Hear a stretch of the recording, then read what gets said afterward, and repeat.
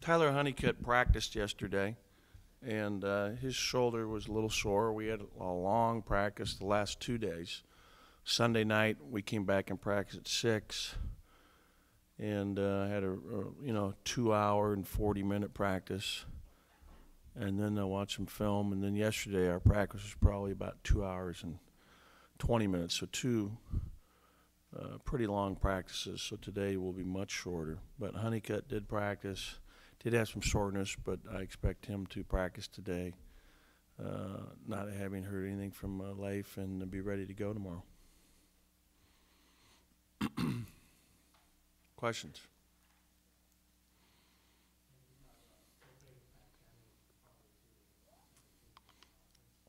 No question. I mean, Washington is the prohibitive favorite, based on what they had returning from last year. And Washington State, everybody picked them to be in the top half of the league, and as high as, second or third in some of the different polls, and you can see why. I mean, they're four perimeter players as good as any perimeter players in the conference.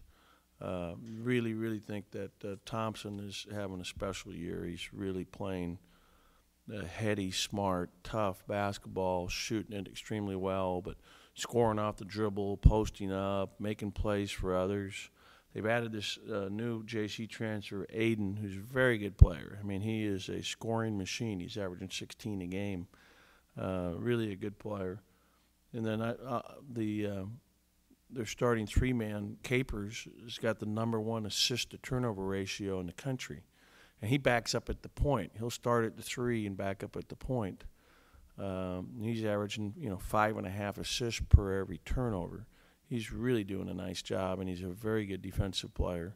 And then Reggie Moore, who had, I think, a broken hand early, has come back, and, we know how good he was from last year. He's a very good player, shoots the ball with deep range, very athletic, strong. Those four guards are outstanding, and they've become a better shooting team up front. This kid, 44, is a designated shooter, Simon.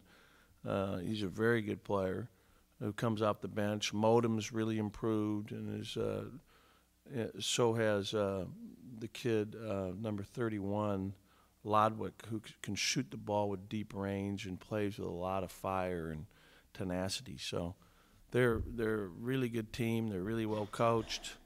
We've got our hands full, and we understand that. Their defense, last game against Butler, they struggled a little bit, gave a lot of points. I think Butler shot 50%. Did you notice anything looking at the tape that maybe was exposed to? Not really. Butler's a really good team. I mean, Butler went to the national championship last year and returns the bulk of that team from a year ago.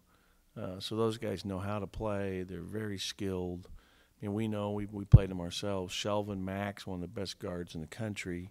The kid Howard inside is really, really good player. But they surround them with a bunch of other really solid, good performers.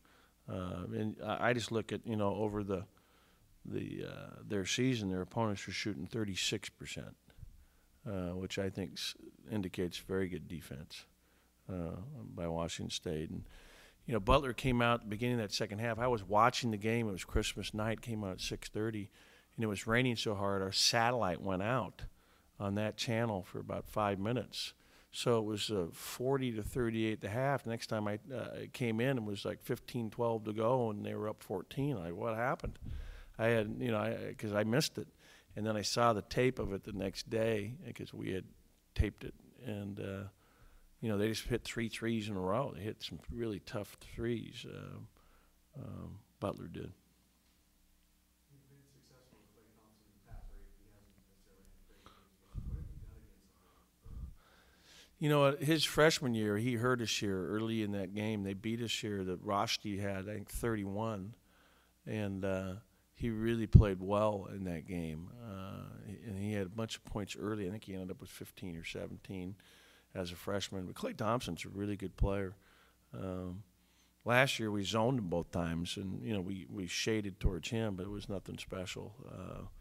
I just look at him and I see a guy who really is playing with a lot of confidence, and really he's shooting the ball with unbelievable range on his shot. I mean, he's as good as any player that we'll have played against this year to this point.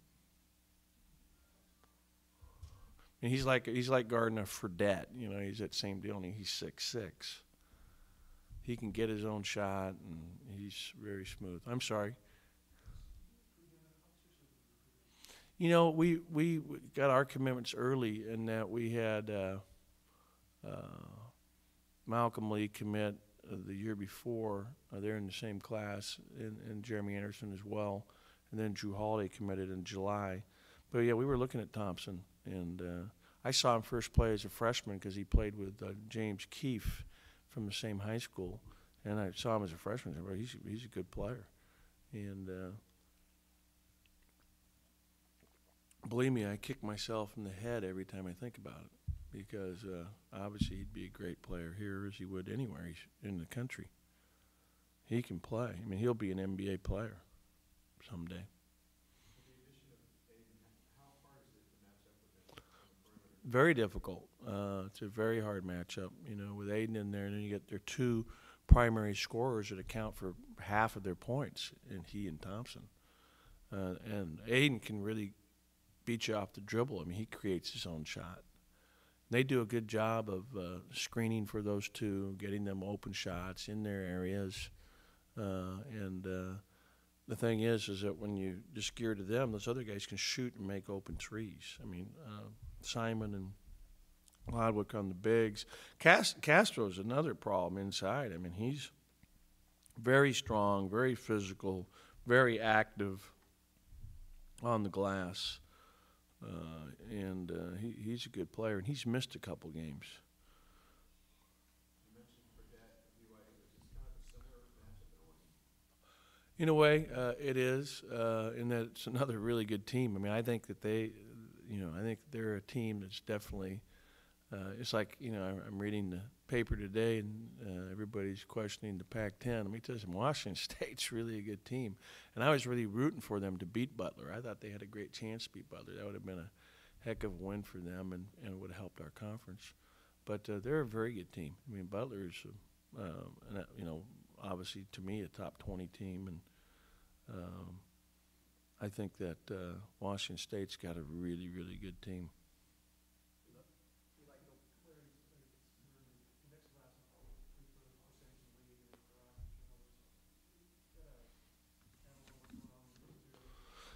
Yeah, you know, I was talking about that earlier. You know, our free throw shooting should be better, and I think Reeves is a better shooter than the percentage he's shooting. We'll shoot a lot of them today. Obviously, Jeremy Anderson and Tyler Lamb are, I think, better free throw shooters than their percentage indicate, but they haven't taken a lot. I think Josh is really improving his foul shooting. If you look at Josh Smith over the last 4 games, at one point there he was 14 for 20. I don't remember what he was. I think he was 5 for 8 in our last game. So I think he's 19 for 28 in our last 4 or 5 games. So he's getting better there.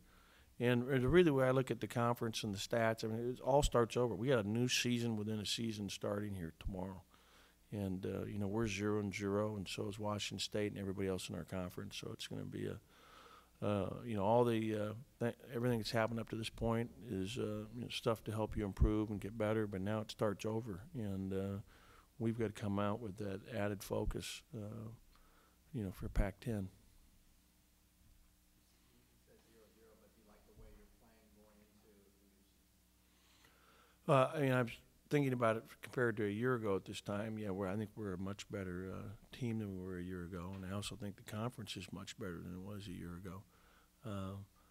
And my biggest concern is we need to stay healthy. I mean, we can't afford to have lose any one of those 9 guys. We'll play all 9 of them every game, and you know, we've got to keep improving. We've got to.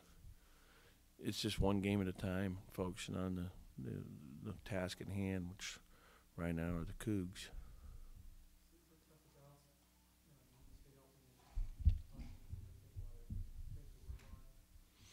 Yeah, and that's why our practices were so long the last 2 days. We're just, you know, when you have a young team, we don't have a senior in the program, you know, so there's a lot of inexperience. And, you know, probably the one thing that hurt us a year ago carrying over this year is we were working on our zone a year ago. But we really switched over right about now a year ago.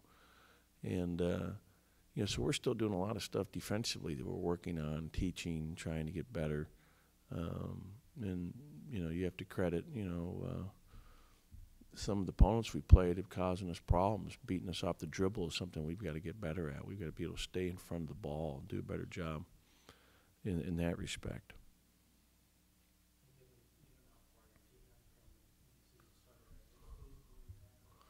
I'd rather be 10-2 or 11-1, but which is you go into every year and you hope that you're going to. I had hoped we were going to win at least one game in New York and beat Montana, and we had a chance against Kansas to get a great win on the road.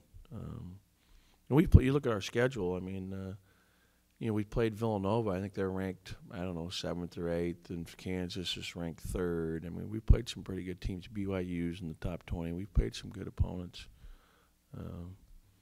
And it will all, I think, spell that out even more as the season progresses. I haven't even followed VCU. I just know they were really good when we played them, so I'd be shocked if they didn't have a great year this year. And Montana's a very good Big Sky team.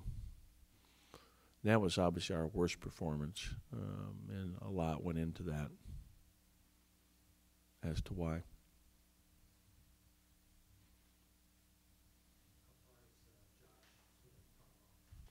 Josh has improved quite a bit since the season started, and his upside is really limitless, especially as he gets into better condition and better shape, in his future. You look at his hands, his feet, his big thing is just getting in better condition. When he finally does get his body fat down to 10%, like a Big Baby or a Perkins or one of these guys in the NBA, then that's what he'll be. He'll be an NBA player.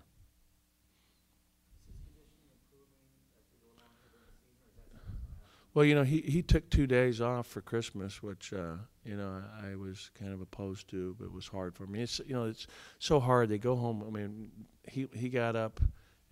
He had to leave at I think 4:45 in the morning from the dorm on Friday, and then turn around and come back on Sunday morning. So it's not a lot of time. You're trying to see your family, your friends. He got to go home in between the second session of summer school for 5 days, 6 days before we started school.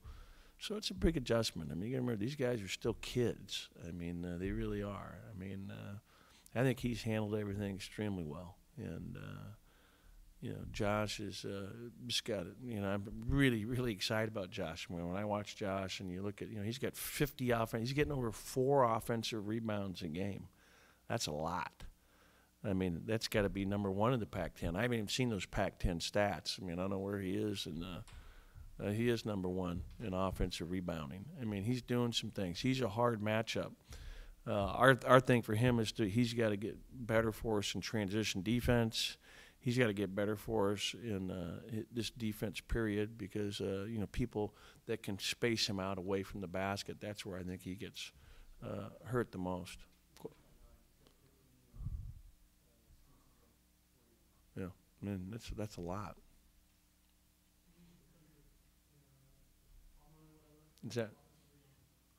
That's a good stat. He leads the country. I want him to lead the country on the defensive end, and I'll be really happy.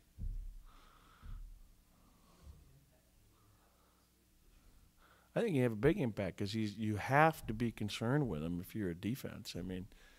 If you're going to leave him one-on-one in the post, they'll double the post some tomorrow. Washington State will when they are in man.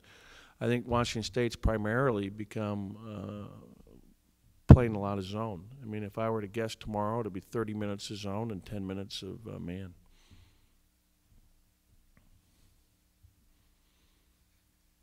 And their zone's a good zone. They do a nice job in it.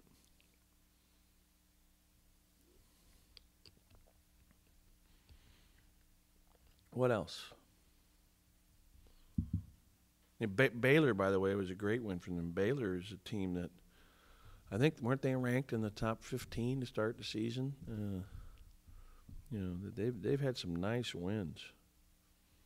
And I watched the K-State game. They had K-State even with the ball with 2 minutes to go. And that was Reggie Moore's, I think, first game back. And he's obviously a lot better and improved since that first game when he was coming off a hand and a cast.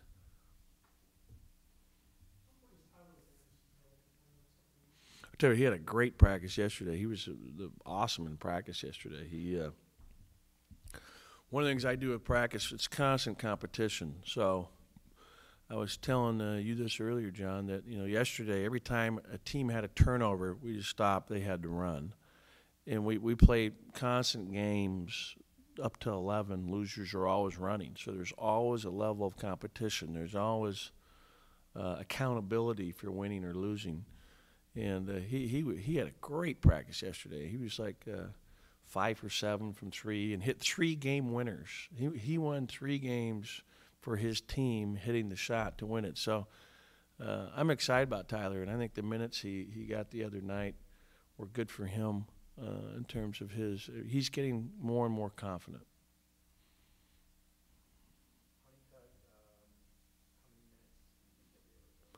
God, I'm not thinking about limiting him. He's playing. I hope he can play 30 minutes. We'll see. I haven't heard anything today. Maybe it was. He's shown some toughness. He really wanted to practice Sunday night, and he went through everything 5-on-0. And as soon as he started to do contact, trainers felt like it was better to hold him out for a day because he hadn't really taped him, but he was moving pretty good. And his wind was pretty good.